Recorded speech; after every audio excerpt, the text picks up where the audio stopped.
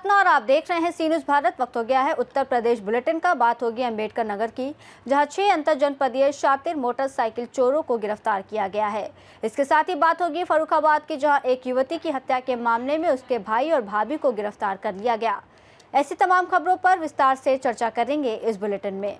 अलीगढ़ जनपद के खैर तहसील क्षेत्र के गांव मानपुर में आबादी क्षेत्र का ट्रांसफार्मर पिछले 1 महीने में 3 बार फूंक चुका है और अंतिम बार 10 दिन पहले फूंका था, जिसकी विद्युत विभाग ने कोई व्यवस्था अभी तक नहीं की है, जिसके चलते ग्रामवासियों ने काफ़ी विरोध प्रदर्शन करते हुए ग्रामीण खैर के बिजली घर पहुंचे।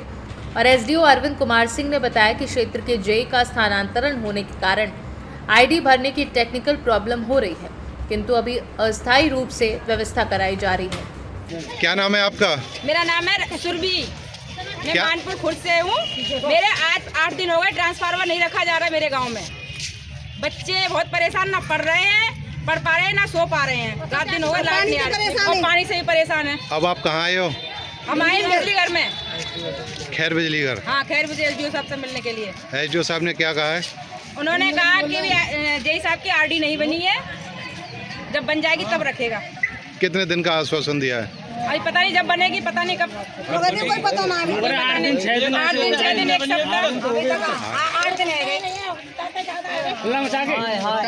क्या नाम है आपका? अवधेश कुमार शर्मा। कौन सा गांव है? मानपुर खुर्द खैर अलीगढ़। क्या समस्या है? समस्या ये है कि पिछले 10 दिनों से गांव का ट्रांसफार्मर फूका हुआ है, जो कि हमारे पिछले 1 महीने में 3 बार फूक चुका है, लेकिन हमारी समस्या का समाधान कहीं से भी नहीं हो रहा है। कई बार अधिकारियों से बात करने के बाद में भी हमें असफलता मिली है। और दूसरा ट्रांसफार्मर रखवाने के लिए क्या कह रहे हैं? दूसरा ट्रांसफार्मर रखवाने के लिए कह रहे हैं कि जेई साहब नए आए, उनकी कोई आईडी नहीं बनी है। जब तक आईडी नहीं बनेगी ट्रांसफार्मर नहीं आएगा। सर, ये मानपुर से कुछ ग्रामीण आए हैं, इनके ट्रांसफार्मर फूक जाने की समस्या है और पिछले महीने में लगभग 3 बार ट्रांसफार्मर फूक चुका है और अब लगभग 10 दिन हो चुके हैं, ट्रांसफार्मर बदला नहीं गया है। इसमें जैसे इन लोगों ने अवगत कराया 100 kV का ट्रांसफार्मर है, जो पिछले 8-10 दिन पहले करीब डैमेज हुआ है। इसमें थोड़ा टेक्निकल दिक्कत ये आई है कि जो जेई थे वहाँ पे अजीत सिंह, उनका ट्रांसफ़र हो गया। ट्रांसफ़र हो जाने से दूसरे जो जेई आए हैं उनकी एक आईडी होती है ERP की, वो आईडी मैप नहीं हो पाई। उसका काम मत चल रहा है, मतलब आज मैप हो जाएगी। वो आईडी मैप होने के बाद ही इसकी PR जनरेट हो सकती है, वो अक्सर तरीके से बदल पाएगा। लगभग कितना समय लग जाएगा सर? PR में टाइम लगेगा, लेकिन अभी इनकी वैकल्पिक व्यवस्था करा रहे हैं। एक ट्रांसफार्मर है, उस ट्रांसफार्मर को फिलहाल के लिए 2-3 दिन के लिए, जब तक इनका ट्रांसफर चेंज जाएगा, उसको रखवाने की व्यवस्था करवा रहे हैं। इनकी आपूर्ति सुचारू हो जाएगी। जैसे ही वो इनकी आईडी मैप हो जाएगी तो इनका ट्रांसफार्मर जो खराब है उसको बदलवा दिया जाएगा। अलीगढ़ से सी न्यूज़ संवाददाता सोनम चौधरी की रिपोर्ट। खबर अंबेडकर नगर से है, जहां थाना कोतवाली जलालपुर पुलिस टीम द्वारा 6 नफर अंतर जनपदीय शातिर मोटरसाइकिल चोरों को गिरफ्तार करते हुए थाना जलालपुर व जनपद के विभिन्न थाना क्षेत्र से चोरी की गई कुल 16 मोटरसाइकिल बरामदगी के संबंध में पुलिस अधीक्षक ने क्या कुछ कहा, सुनिए। जनपद में बाइक चोरों के विरुद्ध लगातार जो है प्रायोरिटी पे अभियान के तहत कार्रवाई किया जा रहा है। उसी के क्रम में थाना जलालपुर की टीम और SOG स्वाट सर्विलांस के द्वारा फिर से गुड वर्क किया गया है। इसमें 6 लोगों के गिरोह को गिरफ्तार किया गया है, जिनके पास से 16 अदद चोरी की बाइकें बरामद हुई हैं। ये जो इनका पूरा गिरोह था, ये जनपद के साथ साथ जो अपने अगल बगल के जनपद हैं वहाँ पर लगातार बाइक चोरी की वारदात को अंजाम देते थे। इसमें जो इनके पास से चोरी की बाइकें बरामद हुई हैं, उसमें से कुछ जौनपुर की, अयोध्या की और अपने जनपद की और अगल बगल के और कई जनपदों की जो बाइकें चोरी हुई हैं वो मिली हैं।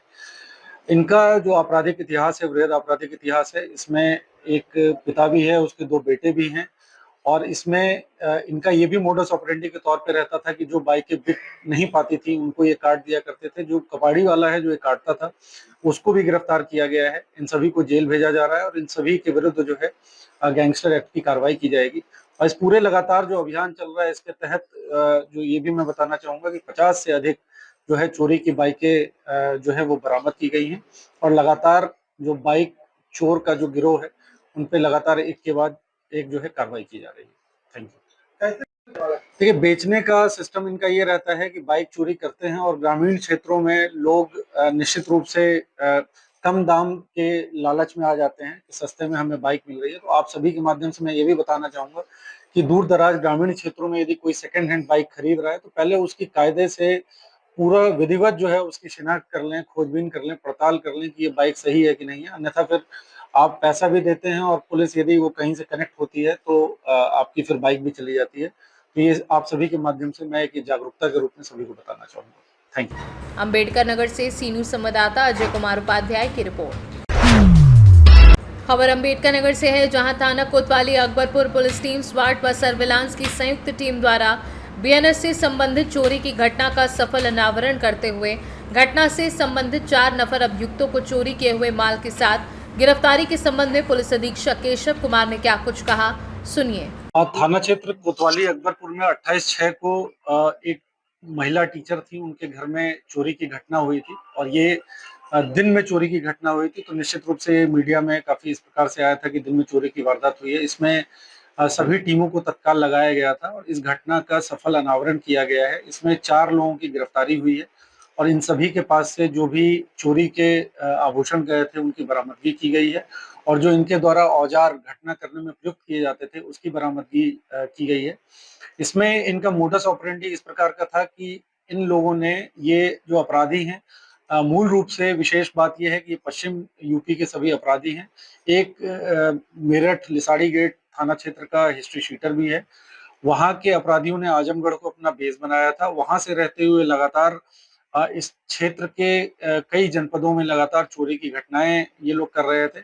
इसमें टीम के द्वारा बहुत ही अच्छा काम किया गया, क्योंकि ये लोग मोडस ऑपरेंडी इनका इस तरीके का था कि बाइक पे 2 व्यक्ति आते थे और पॉश इलाकों में जो अच्छे रिहायशी इलाके हैं वहाँ पे जिस भी घर में ये दिन में भी ताला बंद देखते थे तो सामान बेचने के बहाने ये कुंडी खटखटाते थे और अगल बगल के लोग यदि वो इस चीज पे ध्यान नहीं देते थे कि कौन कुंडी खटखटा रहा है तो अपने जो इनके पास बहुत ही लेटेस्ट और अच्छे और हैवी हथियार हैं जिनके माध्यम से ये ताला तोड़ने का काम करते थे, उसके बाद ये घटना को इस प्रकार से अंजाम देते थे। इस पूरे गैंग को जो है वो बस्ट किया गया है, गिरफ्तार किया गया है और इनके पास से जो भी इनके हथियार थे उन सभी की बरामदगी की गई है। इन सभी लोगों को जेल भेजा जा रहा है और इन सभी लोगों के विरुद्ध जो है बहुत जल्द गैंगस्टर एक्ट की कार्रवाई की जाएगी। अंबेडकर नगर से सी न्यूज संवाददाता अजय कुमार उपाध्याय की रिपोर्ट। खबर अयोध्या से है, जहां आचार्य नरेंद्र देव कृषि एवं प्रौद्योगिक विश्वविद्यालय के पशु चिकित्सा एवं पशुपालन महाविद्यालय सभागार में राष्ट्रीय मत्स्य पालक दिवस के अवसर पर अवध क्षेत्रों में सतत जलीय कृषि पद्धतियों को बढ़ावा देने तथा PM-MSY एवं PM-MKSY विषय पर जागरूकता कार्यशाला का आयोजन किया गया। कार्यक्रम का शुभारंभ कुलपति डॉक्टर विजेंद्र सिंह व विशिष्ट अतिथि राष्ट्रीय मत्स्य अनुवांशिक संसाधन ब्यूरो लखनऊ के प्रधान वैज्ञानिक डॉक्टर रविंद्र कुमार ने दीप प्रज्वलन कर किया।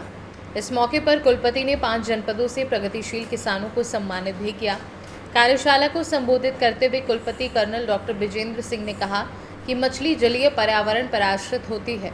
जलीय पर्यावरण को संतुलित रखने में मछली की महत्वपूर्ण भूमिका होती है। वहीं विशिष्ट अतिथि राष्ट्रीय मत्स्य अनुवांशिक संसाधन के प्रधान वैज्ञानिक डॉक्टर रविंद्र कुमार ने कहा कि देश की अर्थव्यवस्था में मात्स्यिकी क्षेत्र का योगदान 1.1% तथा कृषि में मत्स्यिकी का योगदान 6.72% है। मछली उत्पादन के क्षेत्र में उत्तर प्रदेश बेहतर स्थिति में है तथा वर्ष 2022-23 में कुल मत्स्य उत्पादन 9.15 लाख टन दर्ज किया गया। मत्स्यिकी महाविद्यालय डॉक्टर CP सिंह के संयोजन में कार्यक्रम आयोजित किया गया। डॉक्टर सुमन डे ने अतिथियों के प्रति धन्यवाद ज्ञापित किया एवं संचालन डॉक्टर आर्या सिंह ने किया। इस मौके पर doctor Radha Krishnan, doctor Dinesh Kumar, doctor Shashank Singh सहित 5 जनपद के किसान मौजूद रहे। इस अवसर पर NFDP KCSC हेल्प डेस्क द्वारा मत्स्य पालकों का पंजीकरण भी कराया गया। अयोध्या से सी न्यूज संवाददाता राहुल पांडे की रिपोर्ट। खबर फर्रुखाबाद से है, जहां थाना राजेपुर नासा नाले के किनारे 6 जुलाई को कोतवाली कायमगंज की रहने वाली युवती कीर्ति का शव मिला था। पुलिस अधीक्षक आरती सिंह ने मौके पर पहुंचकर पुलिस को तत्काल प्रभाव से घटना के खुलासे के आदेश दिए थे। पुलिस ने मोबाइल कॉल डिटेल और लोकेशन पर मृतक युवती के भाई अभिषेक और भाभी सरिता को हिरासत में लेकर पूछताछ की थी। अपर पुलिस अधीक्षक संजय कुमार ने बताया कि युवती के गांव में ही एक युवक से अवैध संबंध थे। मृतक युवती कीर्ति प्रेम विवाह करने की जिद पर अड़ी थी, जिस वजह से भाभी भाई ने हत्या की। भाई अभिषेक ने गला दबाया और भाभी ने हाथ पकड़े थे। दोनों ने हत्या कर शव को फेंक दिया था। अपर पुलिस अधीक्षक ने पुलिस लाइन में घटना का खुलासा किया है। सर क्या खुलासा है? 6 जुलाई को मोहम्मदपुर गढ़िया ग्राम है, थाना क्षेत्र राजेपुर में। वहाँ एक अज्ञात महिला का शव मिला था जो तालाब में पड़ा था, जिसको कि सूचना पे वहाँ के ग्राम प्रधान द्वारा सूचित किया गया था। उस पर तत्काल उच्च अधिकारीगण मौके पर पहुँचे, फॉरेंसिक टीम पहुँची और जो इम्पोर्टेंट साक्ष्य थे वो कलेक्ट किए गए। फिर पता लगाने का प्रयास किया कि आखिर ये महिला है कहाँ की। तो सूचना के माध्यम से व्हाट्सएप और लोगों से माध्यम से ये पता लगा कि ये महिला कैमगंज की रहने वाली है। और जब उससे पूछताछ की गई तो उसने बताया कि सुबह ये महिला गई थी, अपने अकेले गई थी, कॉलेज की बात कही थी।